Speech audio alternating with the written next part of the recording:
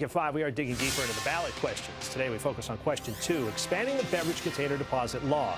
A yes vote would expand the state's beverage and container deposit law to require deposits in containers for all non-alcoholic, non-carbonated drinks, with certain exceptions, increase the associated branding fees, and make other changes to the law. A no vote would make no change in the law regarding beverage container deposits. Let's explore both sides of the bottle bill now. Voting yes on question 2 is Janet Dominitz, Executive Director of MassPIRG, live at our Beacon Hill studio. Also joining us is Nicole Giambusso, spokesperson for no on question 2, stop forced deposits. We appreciate you both joining us tonight. Thanks for having us. Glad to be here. Janet, why should people vote yes on this ballot question? Well, there are many reasons. Let me limit it to 3. But first, what your viewers need to know is our opponents came into this state, out of state, $8 million of corporate special interest money. They went on the air. They were caught by reporters lying. And so their entire campaign is under question. But the 3 reasons to vote yes are, number 1, single most effective recycling tool that we have in Massachusetts. 80% of containers that already have that deposit are recycled.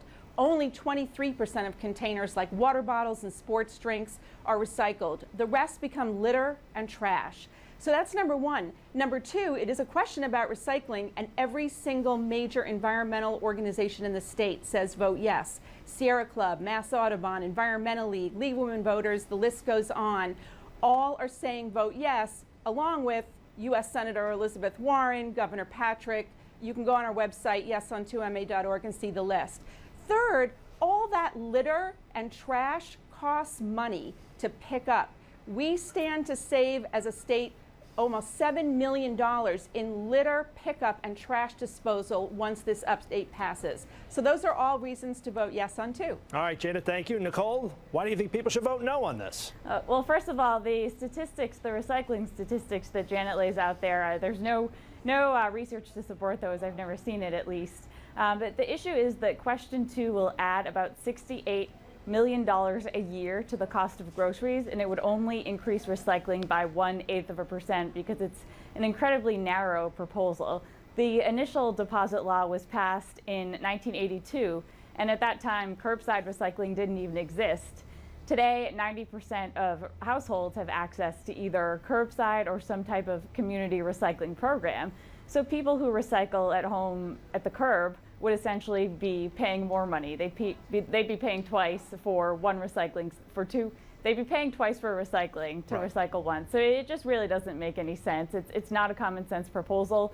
I think Massachusetts needs to upgrade and move ahead when it comes to recycling, not spend $68 million more in groceries, send another $27 million a year to the state in unclaimed deposits for the state to use as it sees fit. So it's just an expensive proposal that won't do much of anything. Well, if it passes, any bottle you take, like water, soda, juices, you'll now have to pay a deposit on, and then have to return those bottles at the store to get your money back. But isn't that a lot of work for busy people as well? And we'll start with you on this one, Nicole. Well, sorry, I was going to jump in on that. I mean, first of all, viewers need to know we've had this law for 30 years.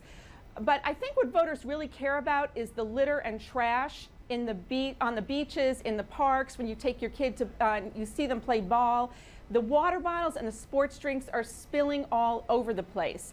We know from 30 years of the container deposit law that 80% of those containers get recycled. And by the way, the No on 2 research, that's bought and paid for by the big beverage companies. Our research comes from government officials and from the Sierra Club, the Audubon Society. I mean, you can choose who you're going to believe here, who you're going to trust. And I have to give Nicole the floor on this because she was asked the question first, but go ahead, Nicole. Sure, I can answer the question. Yes, it is a tremendous hassle. People recycle at the curb and it's convenient. Under question 2, you'd have people separating beverage containers, bottled water, gallon jugs of water, half gallons of juice, and driving them back to the grocery store, standing in line on a Saturday morning. What sense is that when people could more easily and more affordably recycle those at home? Mark, curbside's great. I have curbside. We're all for curbside. That is effective if you never leave your house. It's at your curb, right? Right. We are talking about the containers that you see across the street at Boston Common, that you see when you walk your dog to the park, that you see on the ball field when your kid plays softball. Those are the containers that the deposit system gets. We have a 30-year track record of success with this. We just want to update it to pick up that water bottle litter. All right, I think we have Question two about isn't gonna 30 keep our seconds for streets Nicole to chime in here. Nicole? Sure, thank you. Question 2 is certainly not going to keep our streets clean. What it would do is add $68 million a year to grocery costs for a quote-unquote solution that would ignore 90% of the problem. I'm sure people can relate to seeing a lot of other materials on the street other than beverage containers. We need to target all of that, possibly by putting more recycling receptacles in public places, but we need to be comprehensive, whether it's at home or on the go. Comprehensive All right, recycling I'm works. sorry, ladies, we've run out of time, but I can say this much.